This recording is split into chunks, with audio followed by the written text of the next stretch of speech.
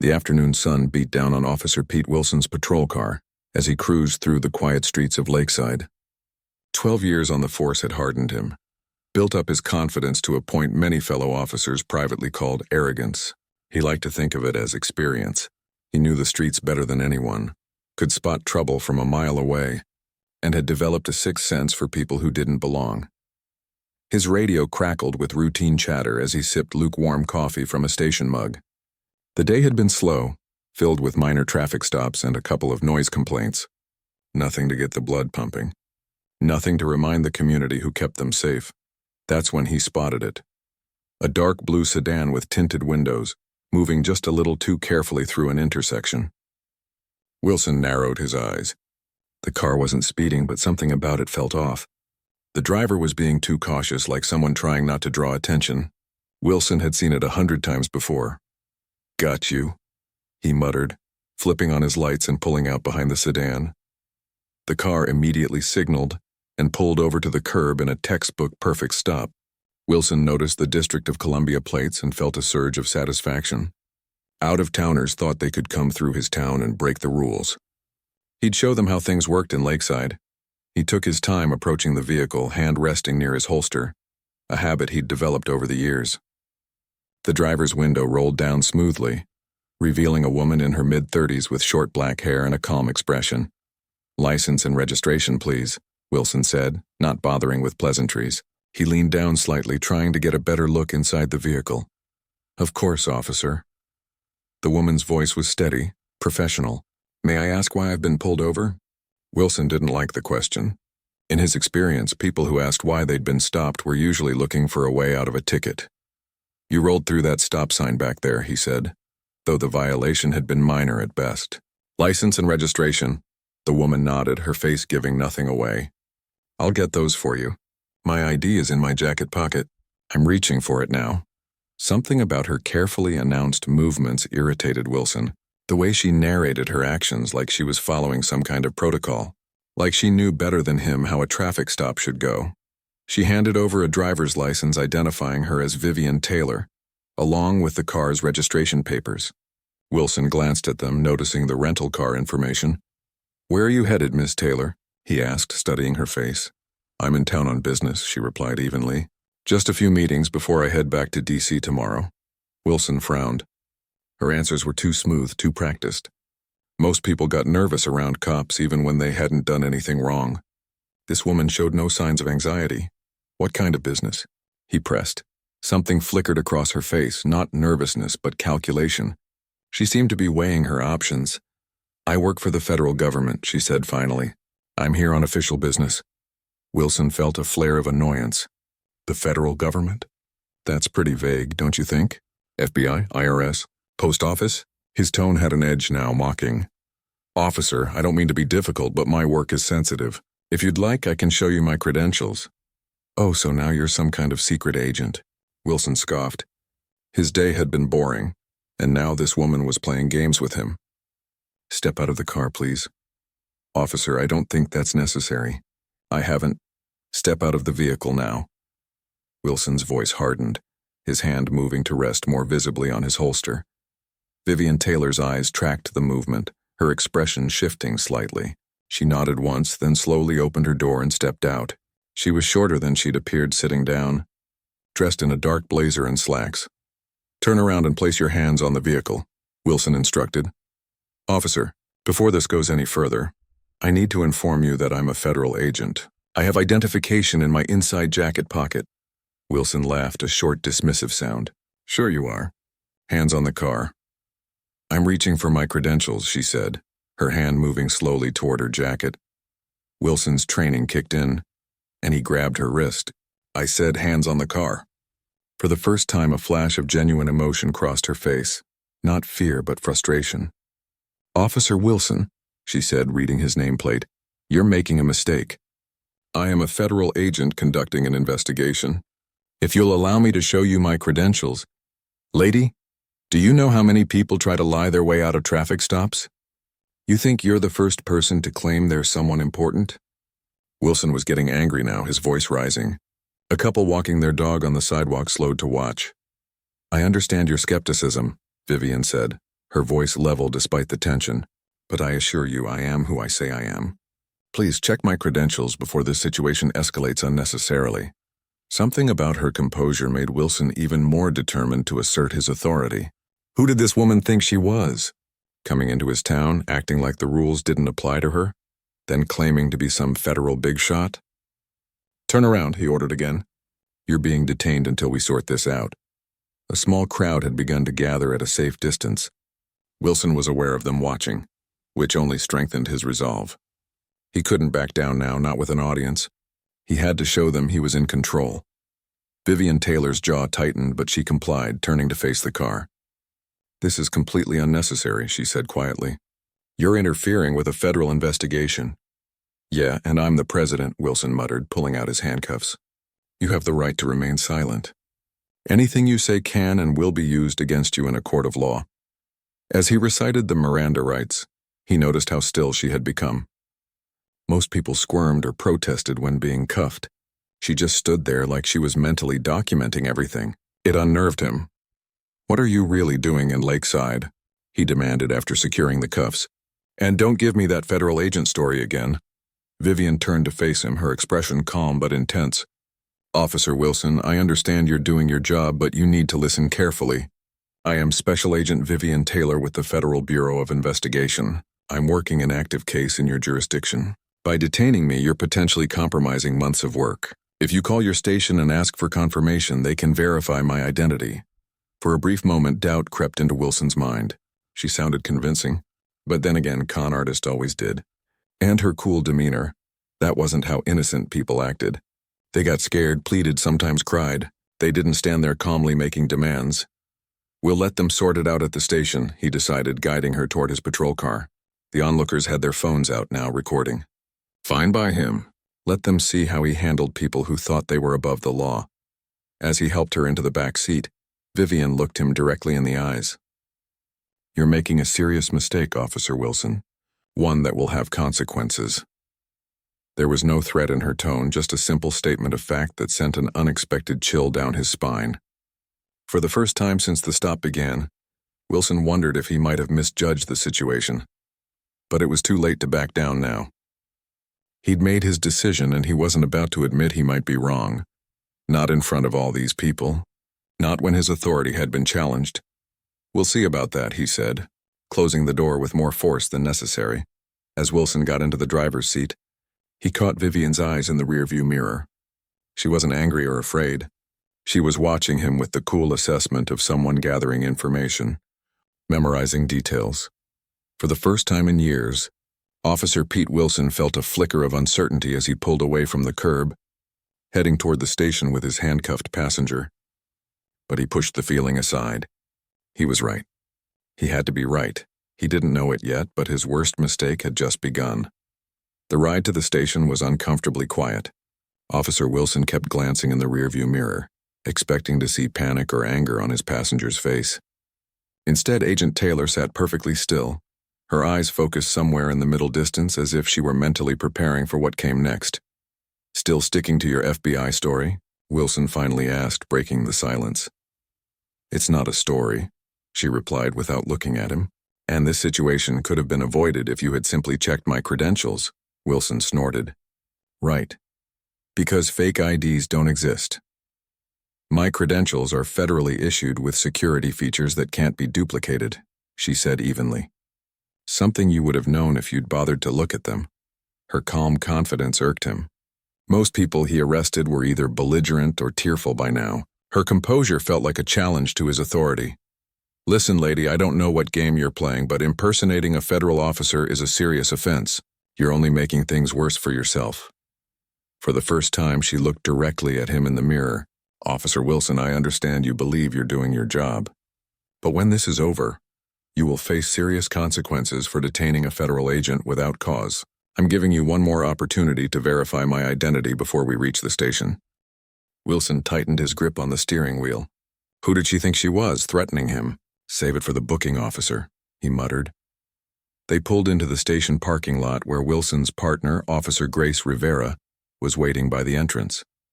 She raised an eyebrow at the sight of a handcuffed woman in a business suit being led from the patrol car. "What did you catch, Wilson?" she asked, holding the door open. Wilson puffed up slightly. This one claims she's FBI. Got real attitude when I pulled her over for running a stop sign. Rivera glanced at Agent Taylor with interest. FBI, huh? That's a new one. If someone would check my credentials, this situation could be resolved immediately, Taylor said, addressing Rivera directly. My ID is in my inside jacket pocket. Rivera looked at Wilson. Did you check her ID? She's got a DC driver's license, Wilson said dismissively. Said she works for the federal government, real vague. Only started the FBI story when I asked her to step out of the vehicle. Taylor maintained her composure, though a flicker of frustration crossed her face. My FBI credentials are in my jacket pocket, not my wallet. I stated this multiple times. Rivera frowned slightly. Maybe we should just check. Book her first, Wilson interrupted. We can sort through her story after processing. For all we know, she could be trying to bluff her way out of a DUI or carrying something in that rental car. They led Taylor into the booking area, where several other officers glanced up with curiosity. The station was relatively small. Lakeside wasn't a big town, and arrests like this weren't everyday occurrences. What have we got here? Asked Sergeant Tom Daniels, approaching from his desk. Impersonating a federal officer, Wilson announced loudly enough for everyone to hear. Claims she's FBI but wouldn't produce any credentials. Also ran a stop sign. Daniels studied Taylor for a moment. Unlike Wilson, the sergeant had been in law enforcement long enough to recognize that something about this woman didn't fit the typical profile of someone they arrested. Her composure, her bearing, she stood like someone used to being in charge. Ma'am, I'm Sergeant Daniels. Can you state your name and occupation for the record? Special Agent Vivian Taylor, Federal Bureau of Investigation, she replied clearly. I'm currently working undercover on a case involving interstate trafficking through Lakeside. I've been attempting to inform Officer Wilson of this since he pulled me over, but he refused to check my credentials. Wilson rolled his eyes theatrically for the benefit of his colleagues. Yeah, and I'm James Bond. A few officers chuckled, but Daniels didn't smile. Where are these credentials, Agent Taylor? Inside left pocket of my jacket. Officer Wilson handcuffed me before I could retrieve them. Daniels looked at Wilson. Did you search her when you made the arrest? Wilson hesitated. Just a standard pat-down for weapons. She didn't have any. But you didn't check her jacket pocket. I wasn't buying the Fed story, Wilson said defensively. Figured we'd process her first, then sort through her belongings. Daniels sighed. Officer Rivera, please check the inside pocket of her jacket. Wilson felt a flicker of unease as Rivera carefully reached into Taylor's jacket and pulled out a leather wallet. She opened it to reveal a gold FBI badge and ID card with Taylor's photo. The room went silent. Rivera examined the ID closely, then looked up with wide eyes. This looks real, Sarge. Of course it's real, Taylor said. As I've been saying for the past 45 minutes. Wilson shook his head. That doesn't prove anything. Could be a fake. Daniels took the ID from Rivera and studied it. Unlike Wilson, he'd attended joint training sessions with federal agencies and had seen genuine FBI credentials before. The weight of the badge, the security features on the ID, it all looked authentic. Uncuff her, Daniels ordered. But Sarge, Wilson protested. Now, Wilson. Reluctantly, Wilson removed the handcuffs. Taylor rubbed her wrists, fixing him with a level gaze that made him shift uncomfortably. Thank you, Sergeant, she said, taking back her credentials. I'd like to make a call to my supervisor now. Daniels nodded, suddenly looking very tired. Officer Rivera will show you to a phone you can use. And Agent Taylor, I apologize for this misunderstanding. This wasn't a misunderstanding, Taylor replied calmly. This was a deliberate refusal to follow proper procedure. As Rivera led Taylor to a phone, Wilson felt a cold knot forming in his stomach. The other officers were looking at him now, some with amusement, others with concern. He'd been so sure she was lying. You really stepped in at this time. Pete, muttered Officer Lee Patel as he passed by. She was acting suspicious, Wilson insisted, but his voice lacked conviction. 20 minutes later, the station's atmosphere had completely changed. Taylor was seated in Daniel's office, the door closed as she spoke on the phone. Through the glass windows, Wilson could see the sergeant looking increasingly grim as he stood listening to Taylor's side of the conversation. What do you think is going to happen? Rivera asked, watching Wilson pace near the coffee machine. Nothing. She was running a stop sign. I was doing my job, Rivera raised an eyebrow. You refused to check her credentials, Pete. That's not procedure. She was being difficult, Wilson muttered. No, you were being difficult, Rivera corrected. You know what your problem is? You've convinced yourself everyone's hiding something, that everyone's guilty of something. Sometimes people are exactly who they say they are. Before Wilson could respond, the station door burst open. A tall man in an impeccable suit walked in, flanked by two other agents in similar attire. The newcomer's face was like thunder as he scanned the room, quickly spotting Daniel's office. That's Assistant Director Frank Reynolds, whispered Patel, who had worked with the FBI on a case years earlier. He runs the D.C. field office. Wilson felt the blood drain from his face as Reynolds strode directly to Daniel's office without acknowledging anyone else. The door opened and Taylor looked up. Even through the glass, Wilson could see the relief in her eyes. The next hour passed in a blur of activity. Reynolds emerged from the office with Taylor and Daniels, his face stern as he addressed the room. Agent Taylor was working undercover as part of a multi-jurisdictional task force investigating a trafficking ring operating through Lakeside, he announced. Her cover has now been potentially compromised due to today's events. His eyes found Wilson, who suddenly wished he could disappear into the floor. Officer Wilson, Reynolds continued, your body camera footage has been requested as evidence in our investigation into this incident. Sergeant Daniels has agreed to place you on administrative duty pending a full review. Wilson opened his mouth to protest but caught Daniels' warning, glare, and thought better of it as the FBI contingent prepared to leave. Taylor approached Wilson directly. For a moment he thought she might yell at him. He almost wished she would. Instead, she spoke quietly so only he could hear. Officer Wilson, I want you to understand something. Your actions today didn't just inconvenience me or hurt my pride. They potentially compromised an operation that took months to build and put informants at risk. Ask yourself why you were so determined not to believe me, even when I gave you multiple opportunities to verify my identity. Wilson had no answer. He stood frozen as she walked away, joining Reynolds and the other agents. The station fell silent as they left, all eyes turning to Wilson. He knew with sickening certainty that this was just the beginning of his troubles. And somewhere deep down, past all his defenses and justifications, a small voice whispered that he had no one to blame but himself. The next morning arrived with a heaviness that seemed to settle over the entire Lakeside Police Department. Officer Pete Wilson sat alone in the break room, clutching a coffee cup that had gone cold an hour ago. Nobody had spoken directly to him since he'd arrived, though he'd caught plenty of whispers and sideways glances. His phone buzzed with another text from his wife. Any updates? He ignored it, just as he'd ignored her questions last night when he'd come home in a dark mood. How could he explain that he might have destroyed his career because he was too stubborn to check a pocket? The door swung open and Sergeant Daniels stepped in. His face looked like it had aged 5 years overnight. Conference room, 10 minutes, Daniels said flatly. Chief wants to review your body camera footage with you before the FBI arrives. Wilson's stomach dropped. The FBI is coming here again? Assistant Director Reynolds and Agent Taylor, plus someone from their Office of Professional Responsibility. Daniels paused. And they've requested someone from our internal affairs be present. Internal affairs? This is ridiculous, Wilson protested. I made a mistake, sure, but nothing, Daniels cut him off. Do you have any idea what you've done? The operation Agent Taylor was running involved tracking shipments across 3 states. They had informants placed in key positions. Her cover getting blown doesn't just mean the end of the operation. It means those informants could be in danger. Wilson stared at him, the full implications hitting him for the first time. And that's not even addressing the jurisdictional nightmare you've created, Daniels continued, or the potential civil rights violations, or the fact that the chief had to spend 2 hours on the phone with the FBI director last night. Wilson sank lower in his chair. I was just doing my job. Daniels shook his head. No, Pete, you were doing what you wanted to do, not what procedure dictated. Conference room, 10 minutes. The conference room felt suffocating. Chief Gloria Hernandez sat at the head of the table, her face unreadable as she watched Wilson's body camera footage on the large screen.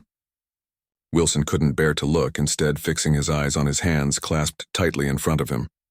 The audio was the worst part. Hearing his own dismissive tone, his sarcasm, The way he talked over Agent Taylor repeatedly when she tried to explain, it was like watching a stranger, one he didn't particularly like. When the video reached the point where he handcuffed Taylor, Chief Hernandez paused it. "Tell me, Officer Wilson," she said, her voice dangerously quiet, "at what point in our training do we teach officers to ignore someone attempting to identify themselves as a federal agent?" Wilson swallowed hard. I thought she was lying. Based on what evidence? She was too calm. Most people get nervous during traffic stops. The chief stared at him. So your evidence was that a professional federal agent behaved professionally? Put that way, it sounded absurd. Wilson had no response. The chief pressed play again, and they watched the rest of the arrest in uncomfortable silence. When it finished, she closed the laptop with a decisive click. "The FBI representatives will be here in 15 minutes. Before they arrive, I need you to understand the gravity of this situation." She leaned forward. "This isn't just about one bad traffic stop, Wilson. After Agent Taylor was released yesterday, I asked Internal Affairs to pull your record. What they found was concerning." Wilson felt a chill run down his spine. The chief slid a folder across the table. 12 complaints in the past 3 years for excessive force or discourteous conduct. 3 from people of color who claimed you targeted them without cause. 2 from women who reported you were unnecessarily aggressive during routine stops. She tapped the folder. "Each time you were cleared because there wasn't enough evidence, or the complainant didn't follow through." "Those complaints weren't substantiated," Wilson said defensively. "Perhaps not individually, but patterns matter, Officer Wilson, and now we have video evidence that supports exactly the kind of behavior these complaints described." Before Wilson could respond, there was a knock at the door. Officer Rivera poked her head in. "Chief, the FBI is here, and there's something else you should know." Chief Hernandez raised an eyebrow. "What is it?" "There are reporters outside. Someone leaked what happened yesterday." Wilson groaned. This couldn't get any worse, but it could, and it did. The meeting with the FBI was coldly professional on the surface, with Assistant Director Reynolds laying out in precise detail the damage Wilson's actions had caused to their operation. Agent Taylor sat beside him, her face composed as Reynolds explained how they'd had to extract 2 informants overnight for their safety. 6 months of work, Reynolds concluded. "Compromised because you couldn't be bothered to check a credential." Wilson kept his eyes fixed on the table, shame burning through him. Chief Hernandez cleared her throat. "On behalf of the Lakeside Police Department, I want to express our deepest apologies. I assure you we are taking this matter extremely seriously." "I would hope so," Reynolds replied. "Agent Taylor's civil rights were violated, and a federal investigation was compromised. There will be consequences." At that moment, a woman Wilson hadn't noticed before spoke up from the corner of the room. She wore a suit similar to Reynolds and Taylor, but had been so quiet he'd forgotten she was there. "My name is Victoria Reed, FBI Office of Professional Responsibility," she said, opening a folder of her own. "In addition to Assistant Director Reynolds' concerns about the operation, I've been asked to present some additional findings." She slid several papers onto the table. "After yesterday's incident, we ran Officer Wilson's name through our database. It seems this isn't the first time he's had an issue with federal agents." Wilson's head snapped up. "What? That's not true." Reed ignored him, addressing Chief Hernandez directly. 2 years ago, an ATF agent filed a complaint stating that an Officer Peter Wilson from Lakeside PD interfered with his attempt to question a witness in a firearms case. The agent reported that Officer Wilson was hostile and territorial. Chief Hernandez turned slowly to look at Wilson. "Is this true?" Wilson's mind raced. That was different. That guy didn't properly identify himself either. He was just talking to a known troublemaker on my beat. "So you admit it happened?" Reed interrupted. Wilson fell silent. "There's more," Reed continued. "Last year, a DEA operation in a neighboring county reported interference from a Lakeside officer matching Wilson's description, though no formal complaint was filed. And 3 months ago, a postal inspector reported being treated dismissively by Officer Wilson when attempting to coordinate on a mail fraud case." The room fell silent. Wilson felt as if the walls were closing in on him. Chief Hernandez broke the silence. "Officer Wilson, is there anything you'd like to say?" What could he say? That he didn't trust feds? That he thought they looked down on local cops? That he resented their resources and authority? None of it would help him now. I don't know what to say," he admitted finally. For the first time since entering the room, Agent Taylor spoke directly to him. You could start with why. Why do you treat federal agents this way? What is it about someone identifying themselves as a federal officer that makes you automatically assume they're lying? Wilson looked at her. Really looked at her for the first time. There was no anger in her eyes, just genuine curiosity mixed with exhaustion. I guess I've always felt like federal agents think they're better than local police, he said quietly. Like we're just the small-town cops who don't know what we're doing. Taylor nodded slowly. And yesterday when I tried to tell you who I was, that's what you heard? That I thought I was better than you? Put that way, it sounded childish. Wilson felt a flush of embarrassment. Maybe. Officer Wilson, Chief Hernandez said, her voice firm but not unkind. I'm placing you on administrative leave effective immediately, pending a full internal investigation and possible disciplinary action. I'll need your badge and service weapon before you leave today. Wilson had expected it, but the word still hit him like a physical blow. 12 years on the force and now this. As the meeting broke up, Wilson caught a glimpse through the window of the news vans outside. By tonight, his face would be all over the local news, maybe even national. The arrogant cop who arrested an FBI agent, the poster boy for police overreach. He'd built his identity around being a cop, around having authority and respect. What was he without that? As he emptied his locker an hour later, Officer Rivera appeared in the doorway. For what it's worth, she said quietly, I think you can learn from this, but only if you're willing to admit why it really happened. Wilson looked up at her, his former partner, perhaps the only person in the department still willing to talk to him. And why is that? He asked. Rivera gave him a long, evaluating look. Because you never learned the difference between having authority and being right. She walked away, leaving Wilson alone with that thought and the growing realization that his worst enemy had never been federal agents or complainants or even the department brass. It had been himself all along. 3 weeks had passed since Pete Wilson handed over his badge and gun. 3 weeks of avoiding phone calls from former colleagues, ignoring the news and trying to explain to his teenage son why he wasn't going to work. 3 weeks of his wife's concerned glances when she thought he wasn't looking. Today, those weeks of limbo would end. The disciplinary hearing was scheduled for 9 o'clock. Wilson adjusted his tie in the mirror, noticing how strange he looked in a suit instead of his uniform. Behind him, his wife Lisa appeared in the doorway. Your lawyer called. He'll meet you at the station at 8:30. Wilson nodded. The police union had assigned him a representative, Doug Prescott, a semi-retired attorney who specialized in defending officers. Their one meeting had been brief and not particularly encouraging. You've got a rough road ahead, Prescott had told him bluntly. The body camera footage is damning and the FBI is pushing hard for maximum penalties. Your best bet might be to negotiate an early retirement. Retirement. At 42. The thought made Wilson feel sick.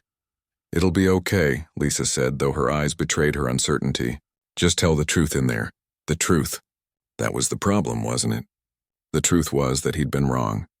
Completely, utterly wrong, and too stubborn to admit it until it was too late. The police station looked different from the outside, Wilson thought as he approached the building. Had it always been this imposing? This cold? Or was that just how it felt when you weren't sure you belonged there anymore? News vans lined the street. Reporters clustered near the entrance. Someone spotted him and suddenly cameras swung in his direction, questions being shouted from all sides. Officer Wilson, do you regret arresting Agent Taylor? Are you going to apologize to the FBI? Is it true other officers have come forward with complaints about your conduct? Wilson kept his head down, pushing through the crowd until he reached the entrance where Officer Rivera waited. They assigned me to escort you to the hearing room, she explained, holding the door for him. If she was embarrassed by the assignment, she didn't show it. Thanks, he muttered, relieved to escape the reporters. The station was unusually quiet. Officers he'd worked with for years suddenly found paperwork fascinating as he passed. Only a few met his eyes, and most of those looks held judgment rather than support. Your lawyer's waiting for you in the conference room, Rivera said, leading him down a hallway. The hearing starts in 20 minutes. Wilson nodded, then hesitated. Grace, how bad is it going to be? Rivera's professional expression softened slightly. Bad, Pete, I'm not going to lie. More people have come forward in the last couple weeks. More people? What do you mean? She glanced around, then lowered her voice. Other officers. Talking about times they saw you cross the line?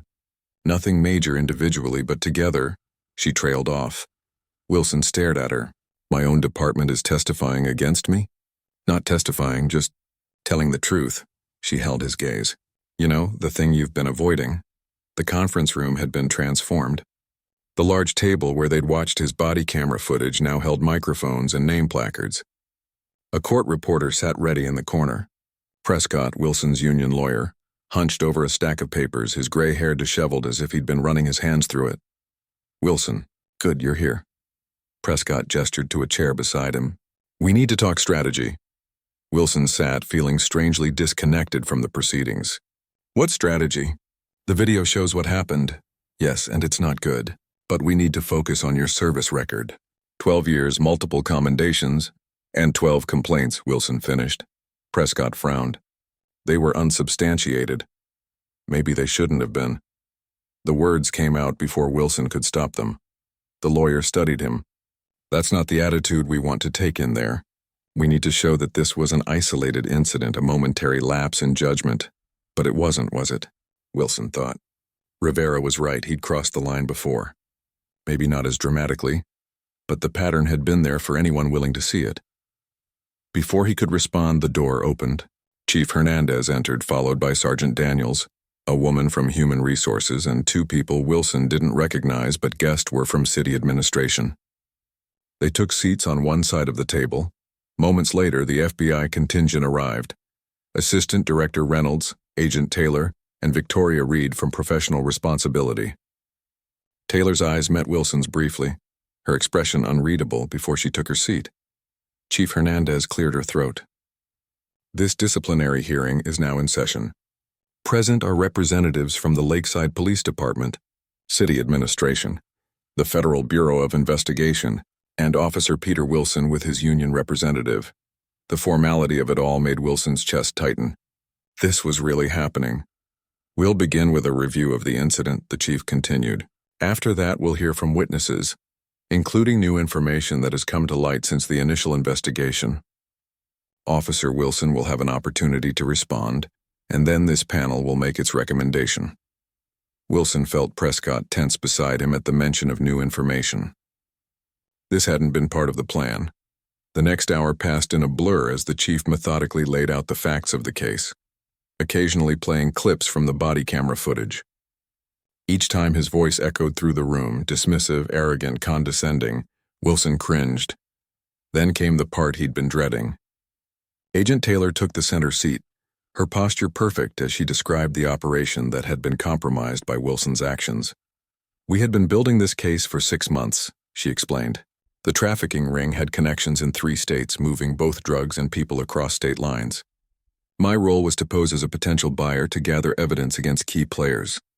And what was the result of Officer Wilson's actions? Chief Hernandez asked. Taylor's face remained professional, but Wilson caught a flicker of genuine regret in her eyes. 2 confidential informants had to be extracted for their safety. One is now in witness protection. The other refused protection and has since gone missing. We've had to rebuild the investigation from scratch, which means those responsible have continued operating for months longer than they should have. The room fell silent as the implications sank in. This wasn't just about Wilson's career or an interdepartmental embarrassment. Real people had been put at risk. Real harm had been done. Next came Victoria Reed presenting the FBI's official statement. The Bureau considers Officer Wilson's actions to be a serious breach of professional conduct and interdepartmental cooperation. We are requesting that appropriate disciplinary action be taken, including termination of employment and a formal note in his file that would prevent him from being hired by other law enforcement agencies. Prescott began scribbling furiously on his legal pad. Additionally, Reed continued, we have prepared documentation of previous incidents involving Officer Wilson and federal agents, which establishes a pattern of behavior rather than an isolated incident. She slid folders across the table to each member of the panel. Wilson felt the last threads of hope slipping away, but the worst was yet to come. Chief Hernandez looked up from the folder with a grim expression. Thank you, Ms. Reed. Now we'll hear from Officer Wilson's colleagues who have come forward with additional information. The door opened, and Officer Lee Patel entered. Wilson had worked with him for 7 years. They'd shared meals, covered each other's shifts, even gone fishing together.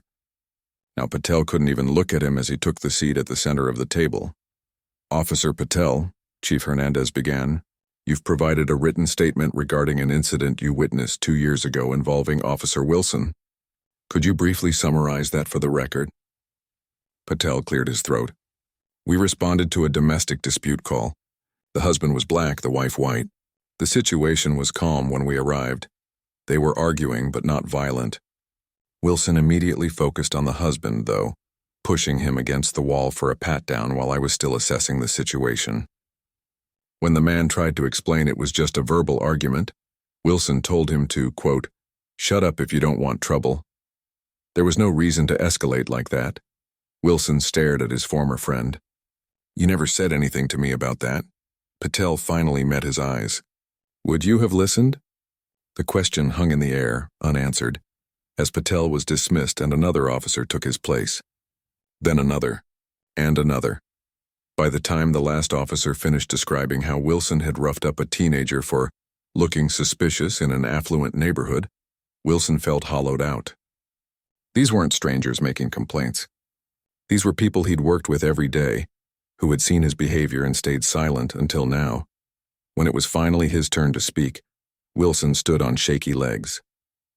Prescott tugged at his sleeve, trying to get him to stick to their prepared statement, but Wilson gently pulled away.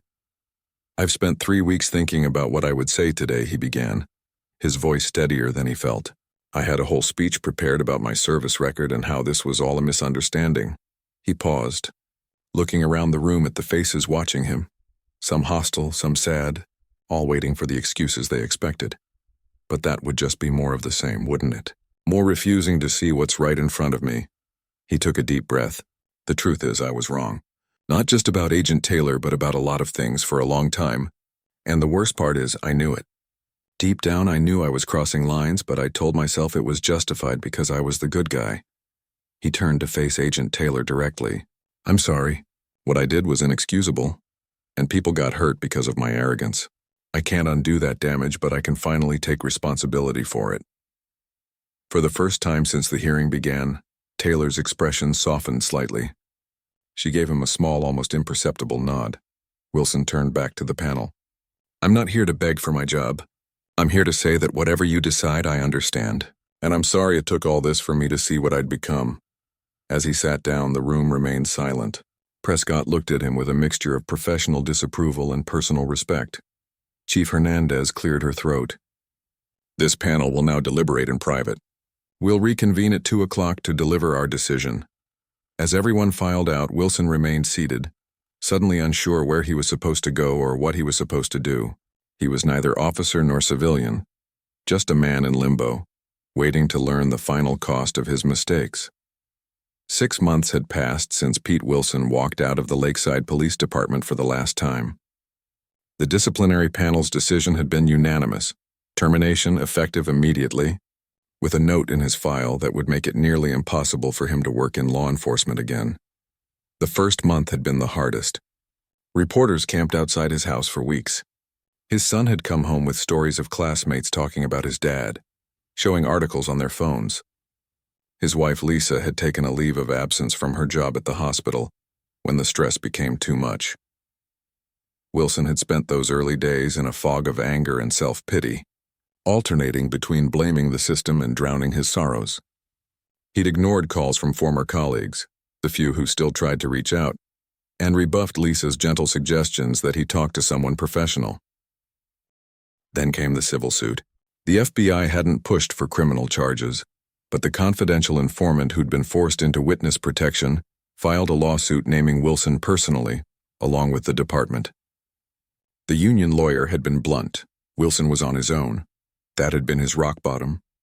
Sitting alone in his garage at midnight, a half-empty bottle beside him, staring at the lawsuit papers and realizing that his actions hadn't just cost him his career. They'd potentially cost his family everything they had. The next morning, he'd poured the remaining liquor down the drain and called the therapist Lisa had suggested. Now, 6 months later, he pulled his car into the parking lot of Halloway Security Services, where he'd been working for the past 3 months. The owner, A retired state trooper named Ben Holloway had taken a chance on him after hearing Wilson's honest account of what happened. The job wasn't glamorous, mostly checking IDs and monitoring security cameras at an office building, but it was something. "Morning, Pete," called the receptionist as he signed in.